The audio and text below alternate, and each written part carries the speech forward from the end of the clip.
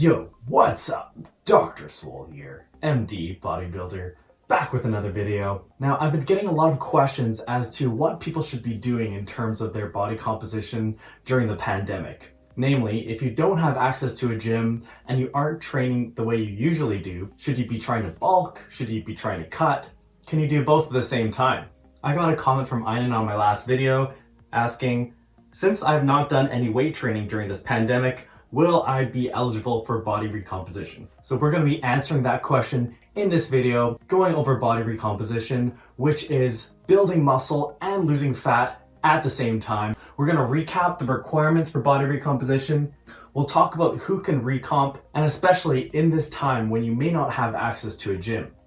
And then we'll briefly go over how to do it. So if that sounds good to you, smash that like button, hit subscribe, and let's get right into it. Okay, so just to recap from my last video on body recomposition, this phenomenon has been demonstrated in numerous scientific studies where subjects were able to gain lean tissue while losing weight at the same time. Now, this isn't the easiest thing to do, and my overarching principle in terms of determining who can recomp is that you need to present a novel and superior stimulus. In other words, you need to be doing something that's different and better than what you were doing before. Now, there are four main populations where I can see this principle applying, so we'll quickly review those, and then we'll talk about how this is affected with the lockdown situation. The first category of people are those who have suboptimal training, diet, and recovery. Now, these people are able to recomp if they change something in their programming so that it becomes better than it was before. Now, this actually applies to a lot of people. There are even a lot of advanced athletes who don't have everything perfected when it comes to these aspects of their programming, if you really zoom in on a scientific level. Now, the second category is going to involve those beginner to early intermediate athletes, mainly in their first 1 to 2 years of consistent training. The reason why these people are able to recomp is because just by the virtue of following a consistent, serious hypertrophy program, you're going to get a very good response from your body, what we call newbie gains. And your rate of progress is going to be so fast that you're going to be able to build muscle and lose fat at the same time. The third category includes those returning from a layoff. Now, in this case, people who have stopped training completely for, say, longer than about 3 weeks will have detrained. So when you return from a layoff, you're essentially returning yourself into that beginner state for a short period of time, because any consistent training at all is going to be a novel and superior stimulus. The majority of the general population actually does fit into one of these four categories. And if you do fall into one of these categories, I would say that body recomposition is a great way to go, because often a very aggressive bulk leads to excessive fat gain that people have difficulty losing later. So now that we've gone over who can recomp, how does this change for the at-home trainee? In other words, those who don't have access to a gym. Now, I've heard a lot of coaches saying that you shouldn't be trying to cut or lose weight during this time. I'm going to disagree with them and say that there shouldn't be any restrictions in terms of whether you can bulk, cut, or recomp for most people. And we'll talk about a couple of caveats in a minute. And this is because you can still get a good training stimulus at home. Contrary to what a lot of people have said, if you're creative in choosing exercises and finding ways to progressively overload your movements, you can still train hard enough to make your workouts effective. Okay, so there are two main caveats in terms of groups of people who shouldn't be trying to recomp. The first one are those who are at an extremely low body fat. And we're talking about 8 to 10% for males or 18 to 20% for females. And the main issue here is that when you're so lean, it's difficult to maintain your muscle. So even if your training's only a little bit off, you're at a high risk of losing your gains. So for these people, I would actually suggest going into a surplus and getting out of that unhealthy body fat range. But I would define this unhealthy range as a lean enough body fat percentage where you're having side effects of disrupted hormone balance. Things like having a low mood, poor sleep, or decreased libido. As a short aside, people who think they're at these low body fat percentages often aren't. A few objective markers of being this lean would be having striations on your glutes and your lower back for males, or having a six-pack for a female. If you are in this low body fat zone, I would suggest switching to a slight surplus so that you gain weight until you come to a body composition where you're no longer feeling those hormonal side effects. Now, caveat number 2 would include advanced athletes. And by advanced, I mean people who've been training seriously for 5 or 6 years or longer. The problem with being advanced is that it's difficult for you to present a novel and superior stimulus to meet my overarching principle for body recomposition. Basically, as an advanced athlete, it's so difficult for you to even put on muscle at all that you really need that calorie surplus to signal to your body that it's time to build muscle. Now, on a side note, I'm just saying that you probably can't recomp as an advanced athlete, but you can still bulk or cut. Although I would suggest you go conservatively. Alright, so now let's talk about how to actually recomp if you don't have a gym. Now, the main excuse that people are coming up with right now is they're saying that I don't have access to heavy weights, and thus I'm not able to provide a good muscle building stimulus.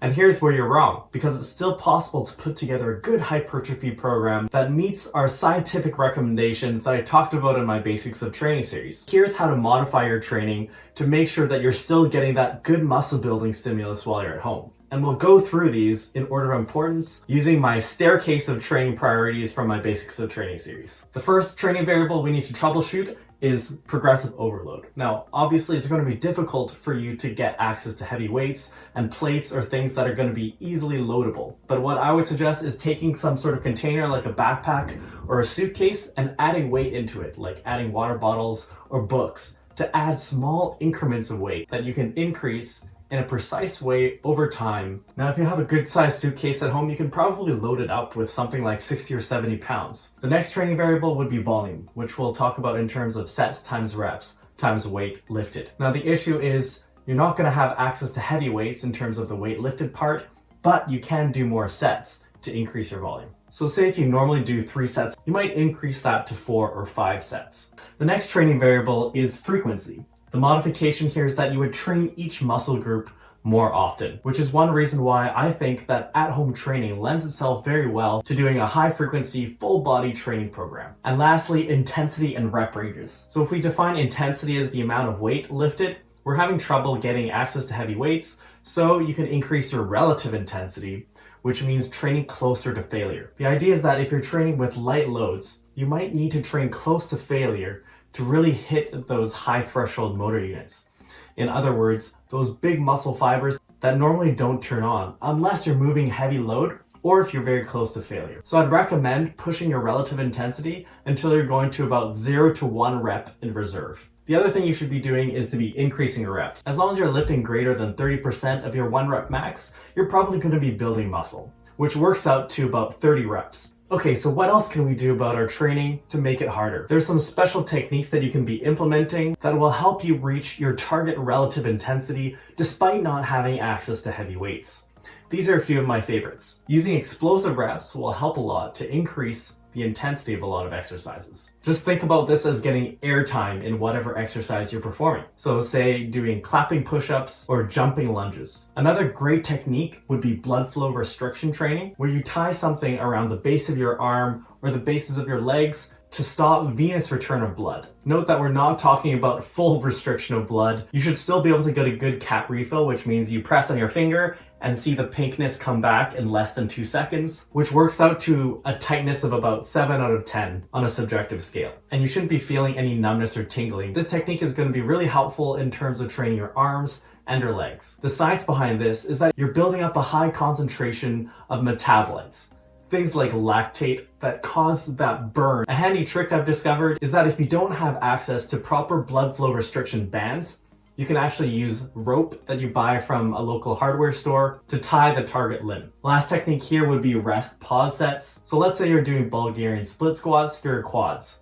and you're able to do a lot of reps since you don't have access to heavy weight. The way you implement this is that you'll do your first set all the way to failure, no matter how many reps that takes. And then after that, you'll take very short rest periods, something like 10 seconds before going on to another set. This effectively reduces the number of reps you're able to get in a set while still being able to push to failure. So for an example, you might be able to get 30 reps on your first set, but if you only take 10-second rests, you might only be able to do something like 10 reps on the subsequent rest pause sets. Let me know in the comments if there are any other intensity techniques that you guys have been using at home. I can cover more of these in depth in another video. Now, in terms of what you should be doing for diet, if you're not doing this already, you should be tracking your macros and having healthy habits. What I mean by healthy habits is having a set structure to your meals where you're eating about 4 to 6 meals per day and having each meal containing a source of protein, a source of carbohydrates, fruits and or vegetables. My last video covered 10 tips on how to stay on track of your diet, so if you haven't seen that one, go check it out. Now in terms of the macros, my current recommendation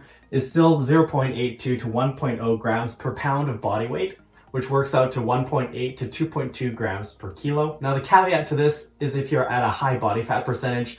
So if you're something like over 20% body fat for males or 30% for females, I would suggest going off your height, so going for 1 gram per centimeter of height per day. Now going further into macros, my personal opinion is that the exact distribution of your carbs and fats doesn't matter that much as long as you're hitting protein and calories. Some people feel more satisfied by having a higher fat proportion in their diet, and some people do better with more carbs.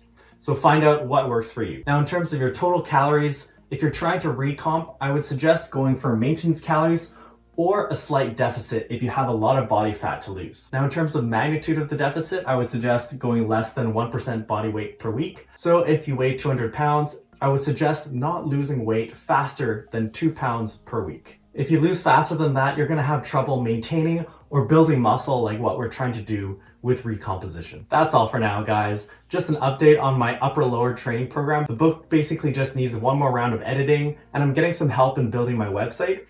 We should have a draft of the website done by next week. So once that's all ready, we should be ready to launch. If you want to know more about how to set up a science-based training program for hypertrophy using no equipment at home, check out my playlist where I talk all about this, and I present a full training program that's designed to build muscle without a gym. If you found this video helpful, make sure you hit like and leave me a comment below.